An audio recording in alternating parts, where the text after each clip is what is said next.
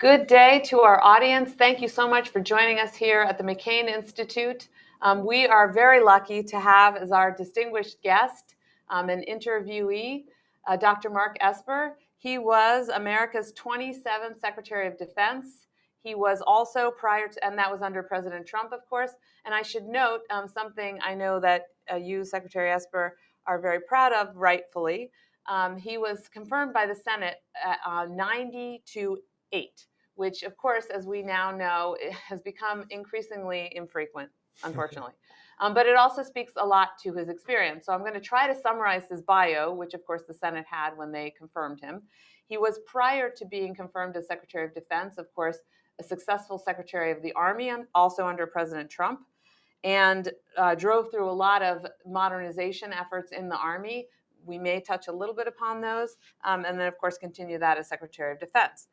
He started his career actually in 1986 when he graduated from West Point, from the U.S. Military Academy, with distinction, and became a decorated Army veteran. He served in the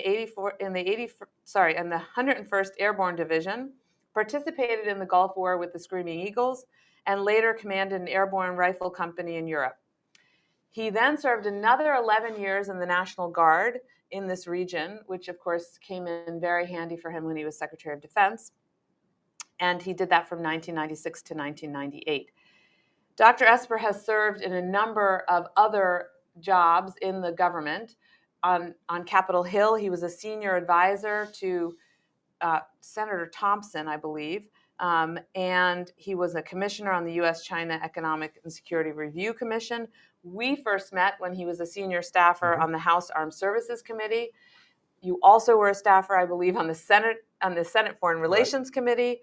But if you think that all Dr. Esper did was serve in the U.S. government, you would be wrong. You also served in corporate America, in companies like Raytheon. You ran the American Aerospace Association. And I think there are many more in here, but I don't have time to read all of your medals. You have a PhD from George Washington University, in addition, of course, to your undergraduate from the Academy. And you've been married since 1989 to your wife, Leah, who I had the pleasure of meeting once, and you have 3 adult children. So that's a lot to accomplish.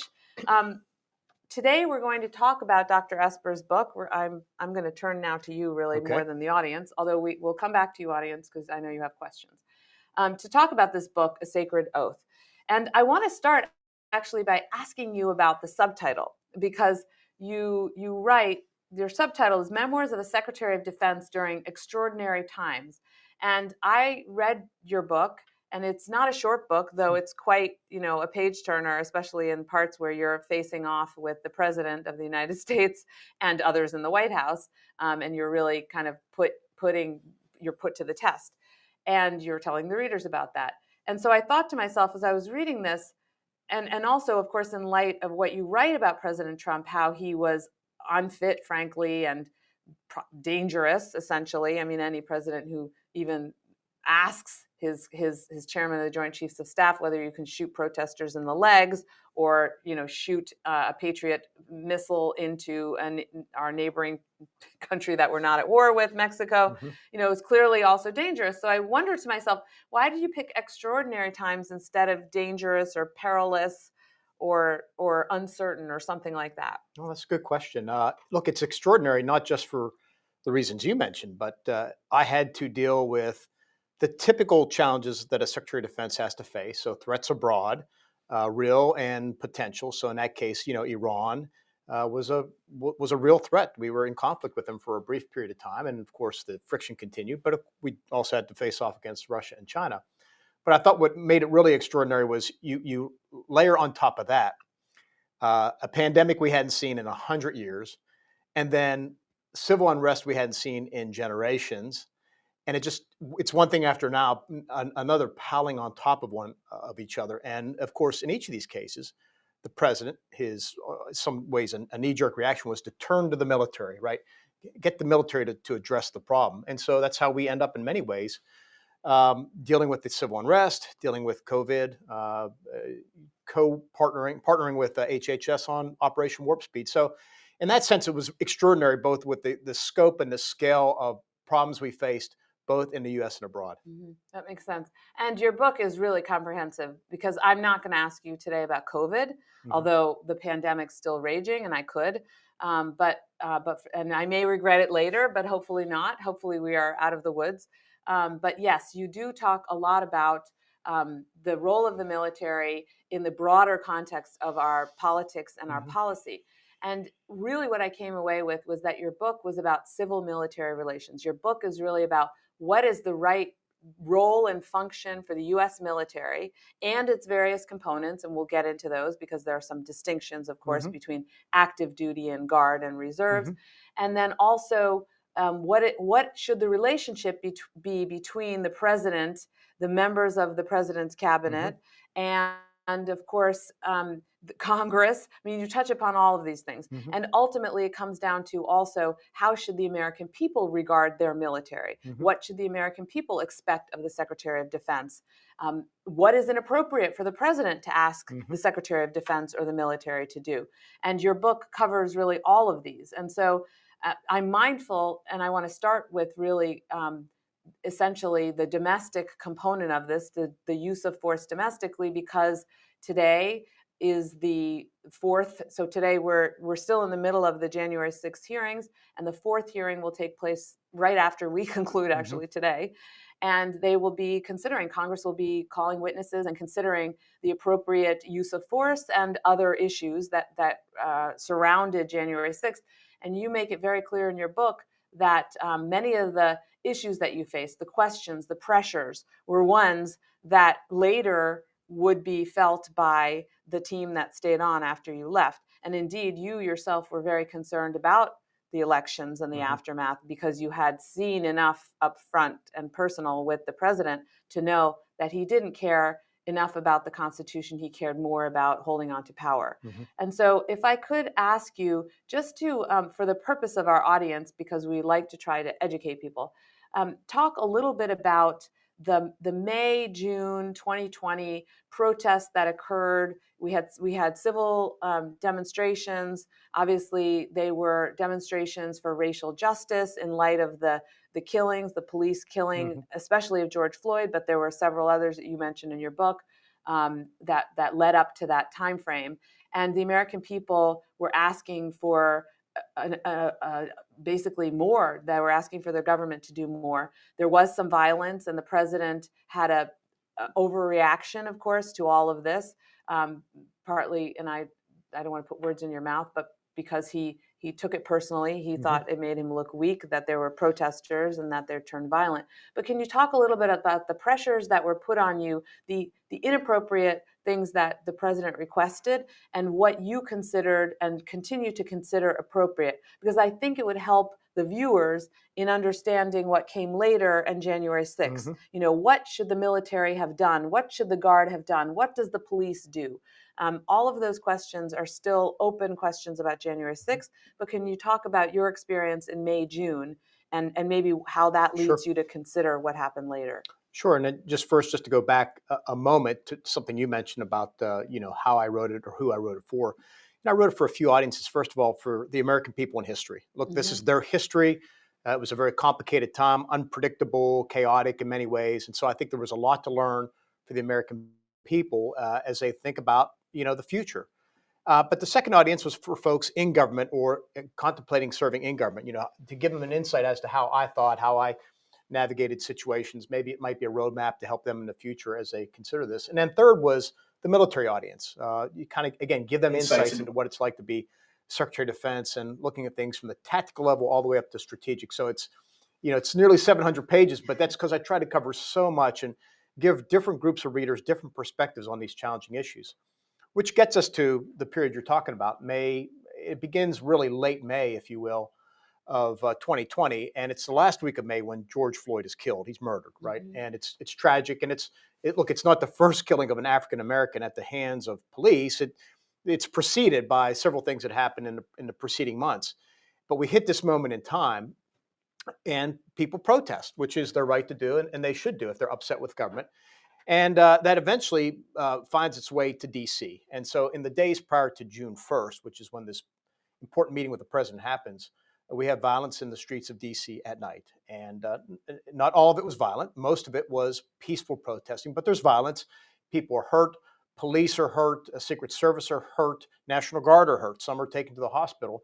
And you have vandalism and destruction and things like that. So we get to this point where come Monday morning, June 1st, 2020, the president is very upset by what he's seeing on TV and calls myself, General Milley, Attorney General Barr, and others who are in the room that I've long since forgotten who they were, calls us into the room and says, look, we need to do something about this. It's making us look weak. And to your point, as I write, us meant him, makes us look weak, and really wants to bring in active duty troops. 10,000 is his number, to quell the protesters, to suppress it, because otherwise it makes everybody look weak.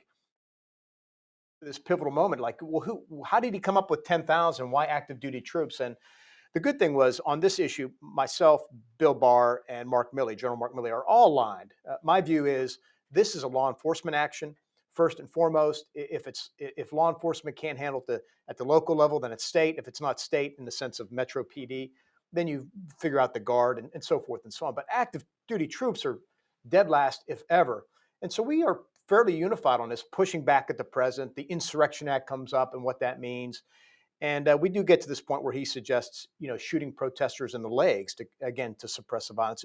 But it's this very surreal time. And for me to be there, somebody who professionally grew up in the military, right? I go to West Point at age 18. I swear my first oath in 1982 to the Constitution. So I understand the military, the ethos, the values we're taught, and the proper civil-military relationship, the relationship between the American people and its military. And this is not it, right? I was a young boy at the time, but I certainly know about Kent State and the shooting of protesters there. And this was not a place for the military to be in this day and age, squaring off against American citizens, most of whom were protesting peacefully. And so we get to this point and trying to find a way out of it before the president, issues a directive order. Bill Barr and I eventually put on the table that he would bring 5,000 law enforcement into the city. He would cobble them together from various agencies and entities. And I would round up to 5,000 National Guard to come to support them, because law enforcement's the primary DOD supports in this context. And of course, we already had 1,200 DC Guard available. So we get to that point in time where that's how we find ourselves getting out of this situation where we find it at its peak, or at its low point, maybe, the president pushing to get 10,000 troops and to consider shooting them in the legs. So it becomes this really very surreal moment for all of us, and certainly for me. And so looking ahead, then you're out of government when January 6th happened. Right. But in January 6th, there was a completely different scenario there. All of a sudden, there was no National Guard when the DC police, the Capitol Police, and then the DC police couldn't handle the demonstrations, which were very violent, and they were actually physically threatening all the members of Congress and the vice president simultaneously. And that would have been a moment to call the National Guard. The National Guard should have been on alert. Maybe given all the intelligence that the Capitol Police had, that the FBI had, they should have had them on. Can you say a little bit, because I don't want to put words in your mouth, but yeah. looking at what went wrong there. But yes, but I also think that there's not these two distinct dates, right? For me, at least, June 1st is where it really begins, and it peaks there during the early part of June. But the president's requests to deploy troops to cities continues throughout the summer of 2020. So we go through this through June, July, August, specifically looking at Portland and Seattle. And it's not until actually the wildfires in California create smoke, and it suppresses the protesters at the time. But this goes on, and then of course I get concerned in October leading up to the election that there might be attempts to deploy the Guard to collect ballot boxes or suppress folks in the streets in case the election results cause people to rise up. So I remain concerned about the use of the Guard throughout the military throughout this period. And so we now, being myself, my civilian leadership, and the chairman of Joint Chiefs, are always political antennae at this point, are really finely calibrated on any misuse of the Guard. So I developed these 4 no's. Yeah, I was going to ask you about the 4 no's. And one of them is no misuse of the military. And this is one of them. And so I think and look, I wasn't there, right? I get fired on November 9th. And of course, the Guard is on the streets of the Capitol, as I recall, on January 6th. They're just not at the Capitol, the TOL Capitol. Mhm. And so there was a lot of reluctance given what happened in June, and us telling DoD telling other agencies, look, this is a law enforcement issue. Stop calling us up to do this and to do that, and pushing back on ideas to deploy the Guard. So, look, to some degree, that probably was a factor. But I don't know why the Capitol Hill police never requested DoD support. Mhm. That's where it begins, Right. is the actual request. And I know folks think that the reaction time of DoD wasn't quick enough. I wasn't there. It does take a lot of time to get troops to deploy, particularly National Guard, even if you're just pulling them from one part of town to another. So, look, I think I know the focus right now is on President Trump and what he said to whom on January 6th. But a big part of what I hope the January 6th Commission will come up with is, what else happened and how do you prevent these things from the future happening? Well, and I'm glad you just mentioned that, because the next question I want to ask you, you talk about the 4 no's that you came up with the chairman. Right. You and General Milley decided that you had to have clear things that you would not do if President Trump or the White House, because you were very candid in your book also about other people in the White House who didn't even have the authority of the president, Right. calling over to the Department of Defense and essentially making demands that sounded like orders. So you also did things like you and General Milley called in quietly the Joint Chiefs, so the heads of the component military, Mhm. so the Army, Navy, Air Force, Marine Corps, um, yes, and called them in and said, if you get a weird, maybe not a weird, but if you get a phone call from the White House, take down the information Well, and then call me, right? Millie had that conversation with the Okay. Joint Chiefs with my knowledge, but I Yeah. had a separate conversation. Millie was with me with the head of the National Guard, General Dan Hokanson. And I had this conversation with him the Friday before the election on Tuesday, November, or whatever it was, 2nd. And I had this conversation with him where I say, look, if you get any requests from the White House, regardless of who it's from, I need to know immediately. And take the request, acknowledge it, but call me immediately, because I was concerned that there might be people might try and reach in and get the Guard or state guards to do something, and that was a concern of mine going into the final days leading up to the election. And you called these efforts kind of circuit breakers. Yeah, for me, it was I kind of laid out what were the 4 no's were kind of an adjunct, if you will, to what I committed to the Senate in my confirmation. I would never do anything illegal, immoral, or unethical. Right. But then come the summer of what I see happening in June, we fine tune that, and it's the 4 no's, right? So no misuse of the military, no politicization of DoD, no strategic retreats, and no unnecessary wars become the 4 no's that we're very conscious of, and misuse of the military becomes another one of them. But yeah, I knew that I need to put circuit breakers in place, because I'd come across other instances where folks were talking to DoD without my or any other senior civilian or military knowledge. You mentioned Stephen Miller. It was him who had, working through the Department of Homeland Security, was talking to Northern Command about deploying 250,000 troops to the border, and planning was ongoing. And the fact that nobody thought to raise that to the Pentagon to anybody was really troubling. So I wanted to put circuit breakers in place in a number of areas to make sure that if things like that continued, that could quickly get them, turn them off, or go see the president, whatever the case may be, so that I could, so we could make sure we did the right thing. So I wanted to ask you about that, though, because for future, for Secretary Austin, or for future, successors to your position as Secretary of Defense, is there something procedurally or legally that can or should be done so that they don't have to do what you did, which is cobble together all those circuit breakers? Well, first of all, it's not unusual for the White House to want to reach into DoD. It's, famously, the National Security Council does this all the time, trying to call this and that, and almost operationalizing the NSC, and that needs to end. And it was bad in the Trump administration, and actually got worse. And so that needs to end, but that's obviously different than what we're talking about. And look, I think it requires leaders who are attuned to the politics of the moment, who understand the bigger picture and what that may mean, and making sure they're on top of things. And I worked pretty hard to try and make sure I knew all that was happening within the department relevant to this. And it was a no-brainer for me to think, if anybody at the time even knew that somebody was suggesting, let alone planning, to send 250,000 troops to the border to deal with the caravans coming north, it would just been ridiculous and politically nonsensical.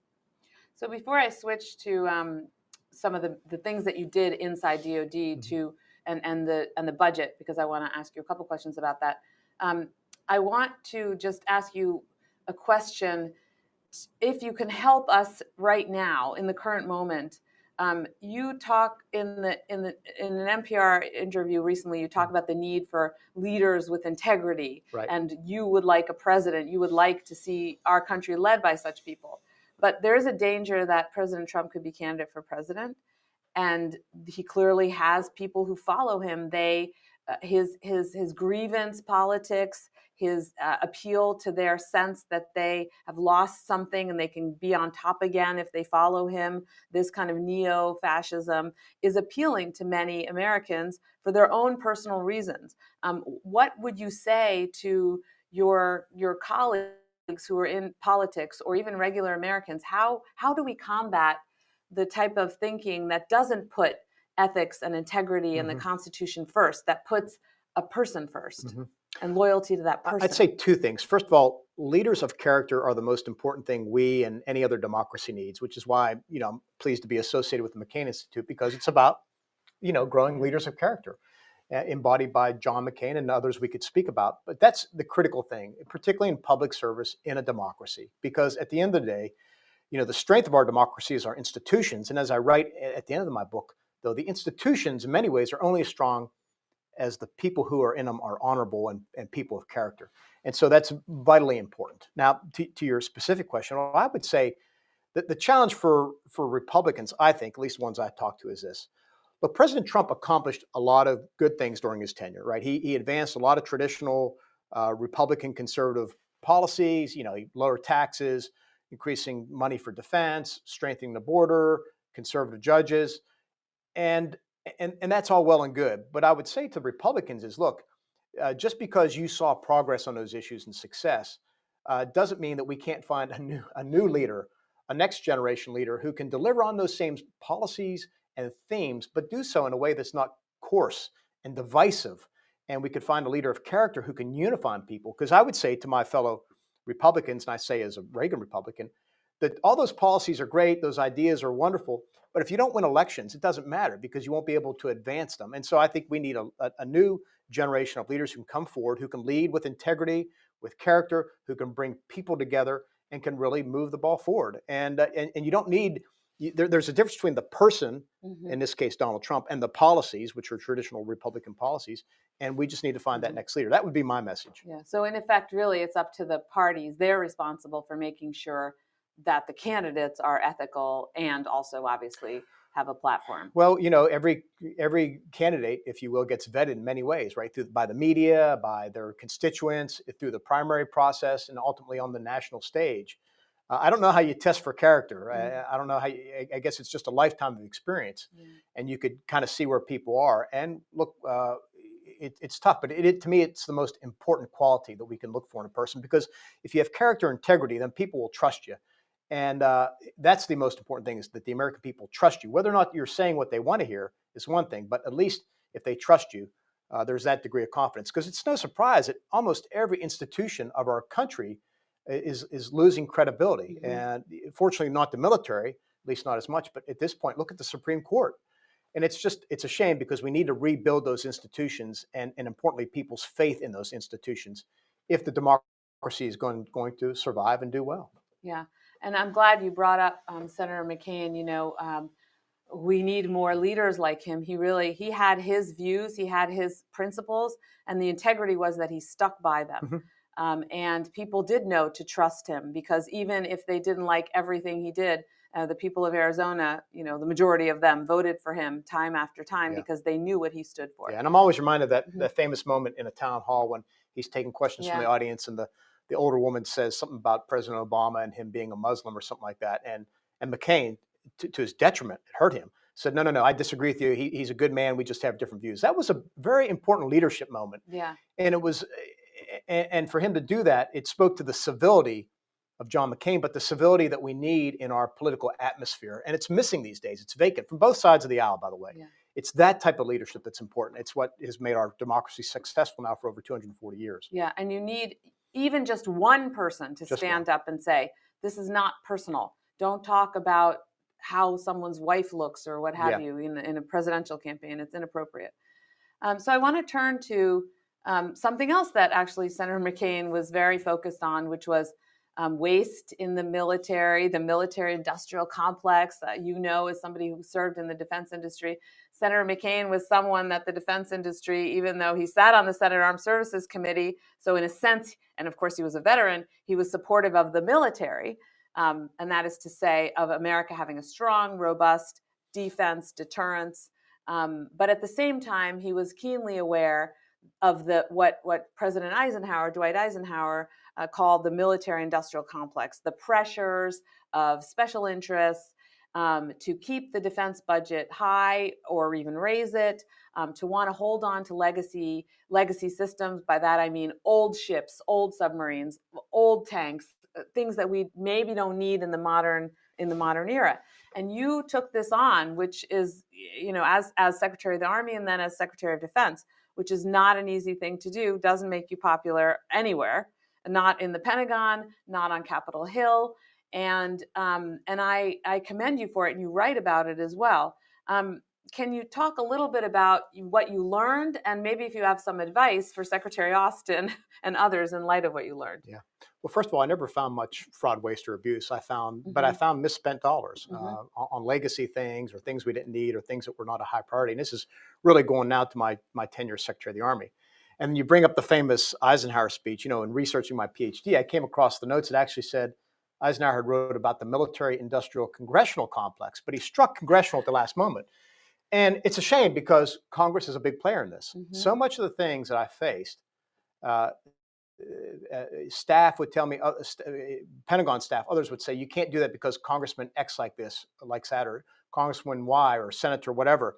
And that's a big challenge. Is there folks who are holding on to legacy platforms or programs because it's jobs in their district. And look, I get politics, but at some point in the day, people got to set aside the politics and the jobs and everything else and allow the military to invest in what they need in order to win the nation's wars and bring our warfighters home safely. And I got a lot of support for the night court process. We freed up $46 billion, canceled or cut 180 some programs, which was remarkable. But even then, we had folks holding on to the last minute for this or that because it affected their constituents. And that's the congressional side is a big piece of that. You know it. We work together on the Hill. Yes. It's and a lot of time it doesn't mean Congress is always wrong. There's a lot of times Right. Congress is right. But at some point, you got to give deference, I think, to the executive branch, or at least have more of a negotiation on these types of things, because it is hard, and it's hard fighting the bureaucracy. I think the Secretary of Defense has most of the tools he or she needs to beat the bureaucracy, but at the end of the day, that bureaucracy goes to the Congress and appeals to them for relief as well. And can I ask you about the budget? Because in the book, you talk very clearly about the defense budget, and you were happy that President Trump increased it, but then it came down under President Trump. And in this day and age, when we have so many pressures on us domestically, in terms of our security with COVID and with fighting domestic terrorism and other concerns. What do you say to people who would like to see the Defense Department budget cut, especially if other programs are cut, domestic programs are cut? And I would say, what are you willing to give up? What are you willing to give up? People ask me this. I'm like, well, we 40% or so of our budget's personnel. Are you willing to cut childcare, salaries, reenlistment bonuses, professional schooling? If you don't like that, let's go to research and development. Do you want to cut R&D into the future weapon systems? By the way, it's those weapon systems that keep us safe more than anything because it gives us a technological edge. I had a lot of places where I could have, and then there are places where you could agree in terms of cutting stuff, but then you face the buzzsaw of the media and the interest groups and Congress and all those things. Look, the American people were very generous. 800 billion, it'll be over 800 billion this year. I think should be enough to protect our nation and to do so globally. We have global responsibilities because people like to say, well, how come you're 10 times the largest size? We got global responsibilities and we pay our people well. If you don't want to pay our people well, then look at what Russia has, right? Right. In terms of their military. And so I go back to tell me what your priorities are, and then the DoD will meet that to do it. But until you do, then we're going to need to keep growing the defense budget, particularly now when we're in this transition period kind of weaning ourselves off the Reagan era buildup, which at least for the Army, are still those same combat systems are there, and transition to a future set of platforms and capabilities and systems that will be critical to pushing back on the Chinese, the Russians, and others in the future. So that brings us to a related question, which has to do with the role of the military within the broader context of our foreign policy. And in the book, you talk very clearly about the President Trump wanting to launch a military operation into Venezuela, invade Venezuela, do something to, or at least as NSC did. Yes, okay. Essentially to make sure that President Maduro was completely removed from the political scene, and that the new president, Juan Guaido, that he could actually fully take power, which isn't the case right now.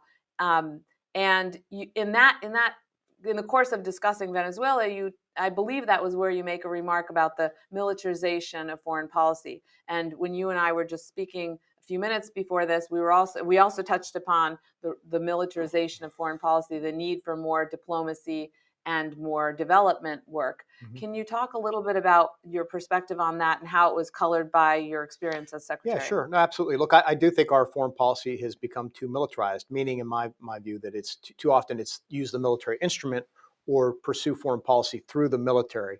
And it comes across in many ways. And it didn't begin with the Trump administration or me. I mean, all the predecessors have talked about this. Yeah. Bob Gates famously said the same. Look, there has to be a process that begins with diplomacy. And I think to begin there, we need a stronger hand at the State Department. We need to give State Department the means, the money, the resources to do that. They need to be willing to be more expeditionary and take a little bit more risk on their end. But then we need to look at the other components of national power, such as foreign assistance, and how we could leverage that better. Because otherwise, you end up drifting toward the military with its $800 billion budget, with a strong ethos of getting the job done, tremendous logistics and operational skills. In my view, too often in these confabs, again, was we'd immediately go to the military option. And in the sense of Venezuela, I didn't think the risk of getting into a war with Venezuela was worth it, given we had to focus, I think, first on China, and we were still, arm wrestling with Iran and other countries. We got to be Russia. We got to be very careful about getting into wars, because Millie and I used to say this all the time. They're easy to get into and hard to get out of. I guarantee you, if you went to the Kremlin right now and asked Vladimir Putin, do you really wish you got into this war? He might have a different opinion, because he was probably being told to be a lot easier than what it was. And that was my concern, is going into it. I'm not afraid of a fight. When we need to, we should, and we should go in quick and be done with it. But you got to be very careful about overusing that military instrument. So let's talk about Russia and Ukraine today. Today, and in light of your experience and what you saw in the Pentagon and your interaction with Russia and Ukraine. This was, of course, a key country of interest for Senator McCain, because for the same reason that it's a country of interest for many of us, because essentially Ukraine is asking for its sovereignty. It's about democracy. Ukraine wants to be a democracy. It wants to be associated with the European Union and, if possible, NATO as well. And we are not in a system where large states get to dictate to small states anymore. And so if they qualify, they can join these associations. Also, their people have the right to the form of government that they demanded, which was a democratic government. The policy from the Obama administration to the Trump administration, and I was Deputy Assistant Secretary of Defense for Russia, Ukraine, Eurasia under President Trump. The audience may not know that. The policy was consistent. So the Obama policy carried over into the Trump administration. And under the Trump administration, in fact, there were things that improved upon our execution of that policy, meaning the decision to provide lethal weapons to the Ukrainians, the beefing up of the exercise program with the NATO military exercises, additional assistance to Ukraine. That was all great. Countering it, of course, was the president with his rhetoric. I guess I wonder if you think that the president's rhetoric with Putin, if we had had a different president, whether it would have made a difference. And then if you could just say a few words about what you would be recommending right now to Secretary Austin and President Biden if you had their ear. A few important notes leading up to that, though. I think John McCain deserves a lot of credit for pushing successive administrations and nominees to support lethal defensive aid to the Ukrainians. And eventually the Trump administration did. I think President Trump, to his credit, approved the sale of javelins, and eventually we expanded training. I visited Lviv in Western Ukraine in 2018 and saw what it was doing. I think those two things were very important to the Ukrainian success so far. Of course, then Trump later kind of withholds security assistance for a few months. Not a good move, sent wrong signals, but I'm not sure it materially affected 2 years later, 3 years later, the Ukrainians' performance. But I think it was important, though, is setting aside the material, was to constantly send that message, and not just from the United States, though we have to lead it, that the United States, NATO, and other Western democracies are going to stand up for smaller countries. We're going to defend the international rules-based order against, large power type of power plays. And I didn't think we did enough of that at the time. It's certainly not coming from the White House. I know I did, Secretary Pompeo and others did. But I think that's very important. If I was at the Pentagon today and the president asked me, it depends on what the president wants. At the end of the day, he's the commander in chief. But my recommendation would be to lean into this hard, right?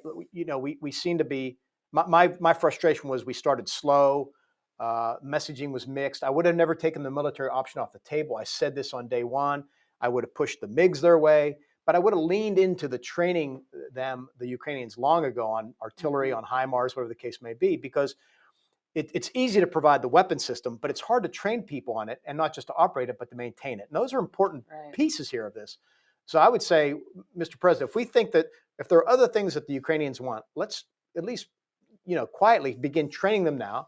It doesn't box you in decision-making wise, but at least gets us a little bit further. Because I think, we see this war of attrition right now happening in the Donbass. The Russians are gaining ground, and people would say, just think, experts, just think if the Ukrainians had those systems today, it would be a very different game, or at least it'd be a stalemate, and they don't. And I just think we need to move more quickly. I think the United States is doing far better. It's sending a lot of money and resources. I don't think all of our European allies are keeping up the way they should. Germany, a case in point. And the question will be, where does this go? And how do we support the Ukrainians in this fight? They are fighting the fight that we prepared for and never hoped we'd have to fight. Right. And so I think it's important that we support them. I think the faster the Europeans understand that Ukraine is fighting their fight so they don't have to fight. The Lithuanians and others, every day they understand this. But in the West, in Western Europe, they seem to still somehow think they're in denial. They're in denial. And of course, we're here in the US are also in denial because, frankly, if war goes to Western Europe and NATO, then we're in it too. Because if we don't come to the aid of our NATO allies, the entire international system falls apart, and we're back to the dog-eat-dog sphere of influence, pre-World War II system, where we're going to end up at war, and probably not just with Russia, but also with China. I do want to ask you about China, but before I go to China, I want to make sure we're not too focused just on the great powers. I want to ask you a question about Afghanistan. And I'm not going to ask you about the Biden administration policy or even the Trump administration policy. What I would like to do is just have you think back, if you were President Trump in 2016 and you came into office, what would have been, knowing what came later, knowing that the Afghan military really was relying on us, which you probably knew already then, maybe knowing that the political leadership would be weak or was weak, because I don't think we ever saw President Ghani as a strong leader, although in our defense, we didn't see President Zelensky that way either. But can you talk about what might have been a better outcome for Afghanistan if you had people in there with more experience and maybe isolated somewhat from political pressure? Yeah, I think, of course, hindsight is always 2020. But look, a lot of these things we knew then, and we knew at the Pentagon, certainly at the time when I wrote a memo to the president at the end of October 2020,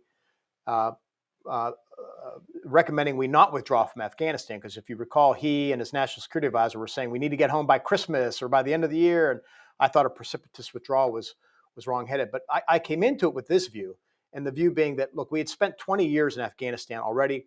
We had tried a surge. We had over 100,000 troops there.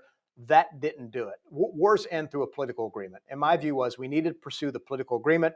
By the time I came into office in July of 2019, the State Department plan was nearly largely done. I signed on to it on the condition that it be conditions-based. In other words, the Taliban live up to their end of the deal, we live up to our end of the deal, and we kind of walk our way toward this. I thought that was a smart way to go. People have criticized it, this and that. I think the problem was not necessarily in its development. in the deal itself. And look, I say in the book, it wasn't a great deal. It wasn't even a good deal, but it was a good enough deal to get people in the room talking and getting together.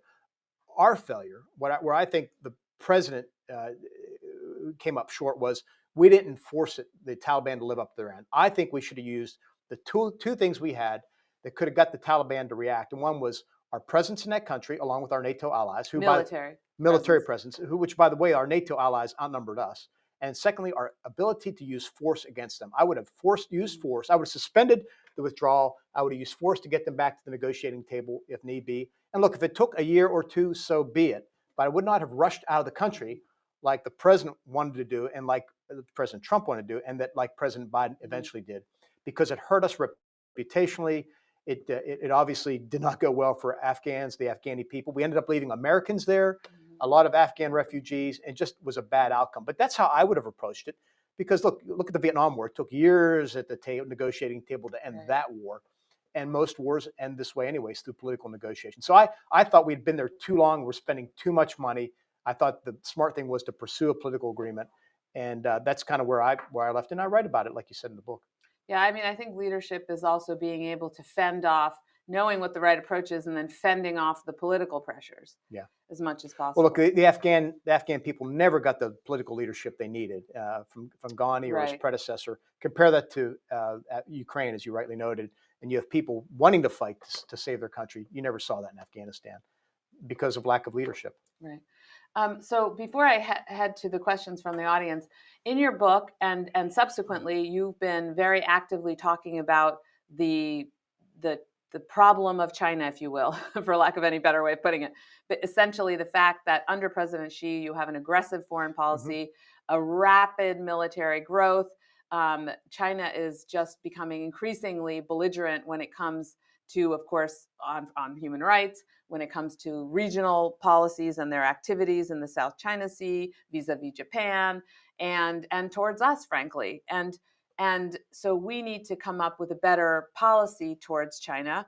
Clearly, we need to deter China from taking any military action against us or our allies, Japan, South Korea, but even our partners like Philippines and other countries where we don't have a formal obligation.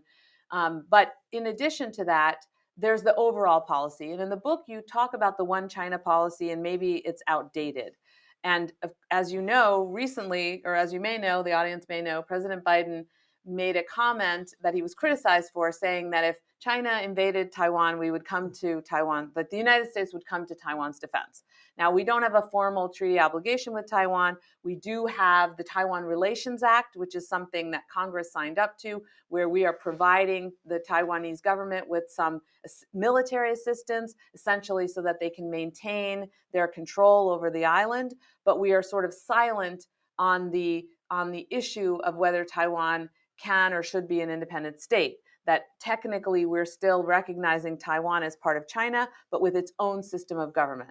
Can you speak a little bit about what you think could change or should change? Well, I have a whole chapter in the book dedicated to China, because I do think I see it as our greatest strategic, people say competitor. They are a competitor, but they're also an adversary at this point.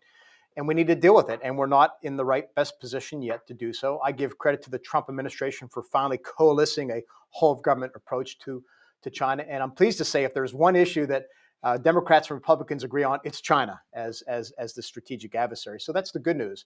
But what I tried to be in many of the chapters is be prospective, not just kind of look back, but give my thoughts on things. And in my view, in many ways, that one China policy has outlived its usefulness. If you go back to when it was adopted in late 70s, 1979, most people on the island of Taiwan identified as Chinese, or at least a majority. Today, they don't. They identify as Taiwanese. Since that time, they've developed a robust democracy with peaceful transfers of power. That's unique. They have a very robust economy. They're technologically advanced, et cetera, et cetera. China, on the other hand, has violated what we would say were the rules of the road. In other words, they continued over the years, and particularly over the last 8 to 10, threatening the Taiwanese incursions both through the maritime space and airspace into Taiwan, threatening them. And so I think the whole game has changed. And I think it's why the one China policy needs to be relooked. I think Joe Biden's instincts are spot on. He said 3 times right now we would support them militarily. Now, he didn't say how that would happen. He didn't say we'd put troops on the island. But I think it was a very clear statement. And I don't know why the White House keeps walking him back on this, because I think he's in the right spot. I do think he sees the bigger picture that everybody needs to recognize. And that is democracies are under threat from autocracies, whether it's China or Russia or pick your any others out there. We're under threat. And he's pushing back on that, which I think is a good thing. And so that's kind of how I see the big picture. And I think we do need to have this national discussion about, where and when are we going to fight? It's like what you said about Russia and our Western partners. There's something you've got to fight for. And I think we have to fight for democracy, and democracy is under threat. And better to fight now than to fight later, in my view. And so this is why I think China is our greatest strategic challenge. And on Taiwan, certainly Congress, in a bipartisan fashion, agrees with you and President Biden. Well, we've come to that time where the audience questions are the ones that I'm going to turn to. And the first one is from Frank. It is about China. And he says, the Chinese military is advancing in technology and weaponry. And he asks, is our military able to continue to advance, or are we underfunded or too focused on woke indoctrination? Now, of course, he's giving you a sense of what his priorities are in the way he asked the question, but he's basically saying, can we do these two? Are we underfunded or too focused on woke indoctrination? I'll let you interpret. Yeah, look, I don't think we're putting our dollars in the right places when it comes to dealing with the China threat, if you will, going forward. And as I said earlier, we're in this transition period, and I think it's going to require additional dollars. I argued for the 3 to 5% annual growth that we need. And look, I know it's expensive, but democracy and freedom aren't free. And I think a rich, powerful country like the United States can afford to do this. So we need to put the dollars there to deal with the Chinese, to make sure we preserve the international rules-based order, that we protect fellow democracies around the world. There are things we need to do to get there. I'm glad to see the Congress is actually leading on this and putting more dollars forward. I think the Biden administration needs to push harder on this. I know they're talking about 7% growth in the budget, but that doesn't even keep up with inflation. And I do think we need to see them put forward a national security strategy and a national defense strategy to articulate what our priorities are. But look, we need to modernize the Navy. I spent a whole chapter talking about the importance of the Navy and my concerns about the Navy. I think the Army is in a good spot, and I think the Air Force is in a good spot. But we also need to bolster the Space Force and cyber and all these other things, and that takes money and time. And at this point in time, the Chinese have been very clear. Look, they want to have a modern military by 2035 and be a global power by 2049. They've been very clear about that. I wish we were as clear and as committed to building a military capable of doing that. And by the way, we need to do so with our allies and partners.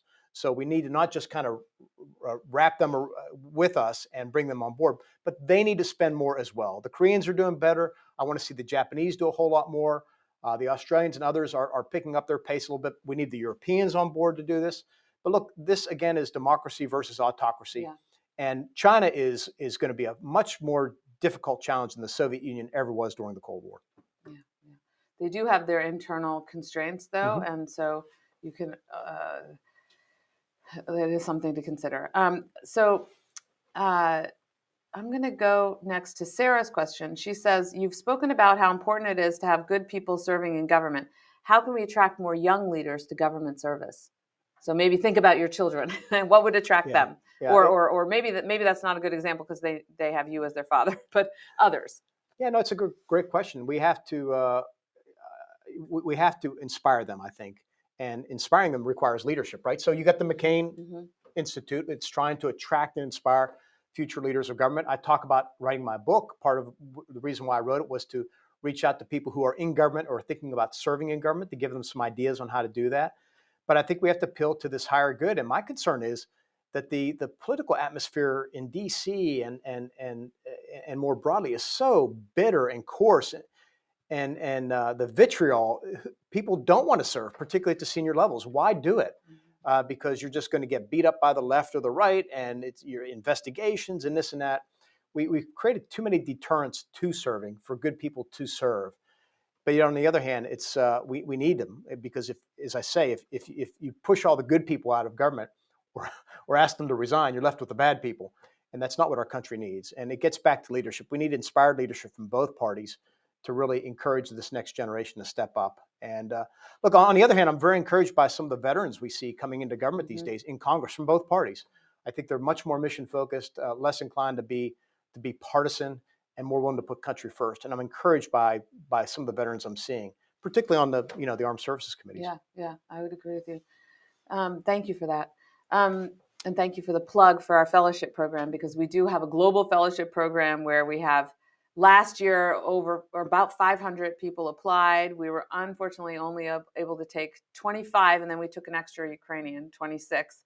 But we hope to expand that program. So with help from generous donors and others. The next question is from Jordan, and I guess he gets more to the point about China, asking, given what we've seen in Russia, Ukraine, so Russia invading Ukraine, and so far, well, starting in 2014, so far getting away with achieving their objectives. I mean, they haven't been defeated, and they are still holding on to Crimea and parts of Donbass.